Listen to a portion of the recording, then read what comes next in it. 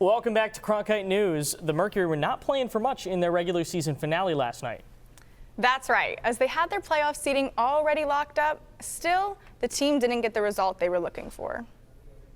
Alyssa Thomas broke another record this game, recording the fastest triple-double in WNBA history. AT's performance was not enough to lift the Mercury to victory, though, as head coach Nate Tibbetts went to his reserves late in the game, and the Sparks came back to win it 87-83.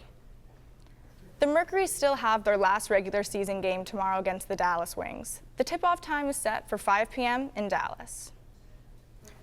And with the Mercury's first-round opponent locked in, there's a lot of familiar faces with the New York Liberty. None bigger than Liberty head coach Sandy Brondello, who was with the Mercury from 2014 to 2021, leading Phoenix to a WNBA championship in 2014.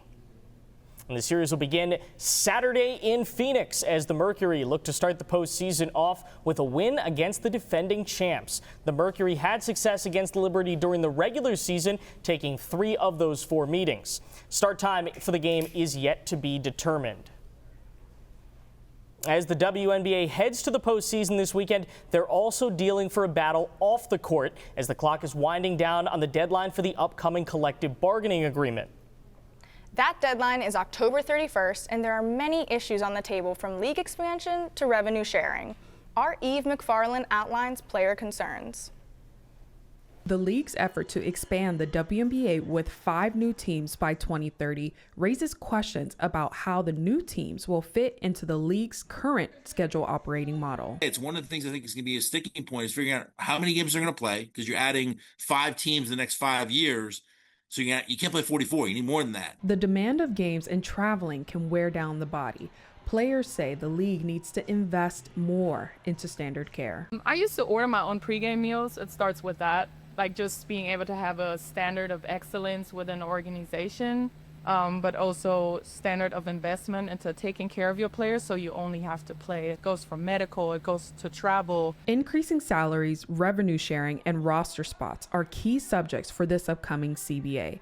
As the sport monetarily grows, the players only receive 9% of the revenue. They're bringing $2.2 billion in the next 11 years in TV deal, media rights. They're bringing in $750 million in 3 expansion fees if you add them up.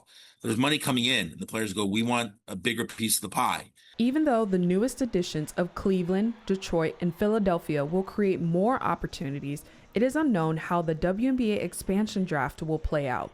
Already on a roster limit of 12, current teams could lose players. It's exciting for our league.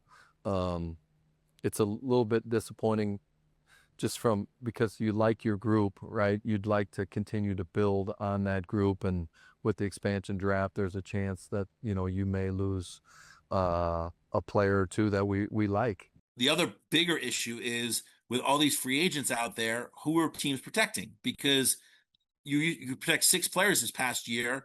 Well, you may not have 6 players to protect because everyone's a free agent. So they have to figure out how those rules are going to work. Teams struggling with player injuries, practice facilities, and amenities for recovery are vital. Mercury's $100 million practice facility drew in players like Satu Savali, and those investments made others across the league to join their teams. Salaries are important, and revenue sharing is important in the CBA, but so is player experience. And it's sort of keeping up with the Joneses, so to speak. If you don't have a practice facility, and this is a huge year for free agency, I think 80% of the players are free agents, the ones that are not on rookie scale contracts, people aren't going to want to go to you. While no specific date of an upcoming meeting to discuss these topics have been announced, the players in the league say they will continue to work with each other. In Phoenix, Eve McFarland, Cronkite. We want to issue a quick correction. That first game between Phoenix and New York is Sunday, not Saturday. The October 31st deadline for a new CBA is rapidly approaching, with lockout talks looming. And that could be extra motivation to get a deal done, as the league is more popular now than ever.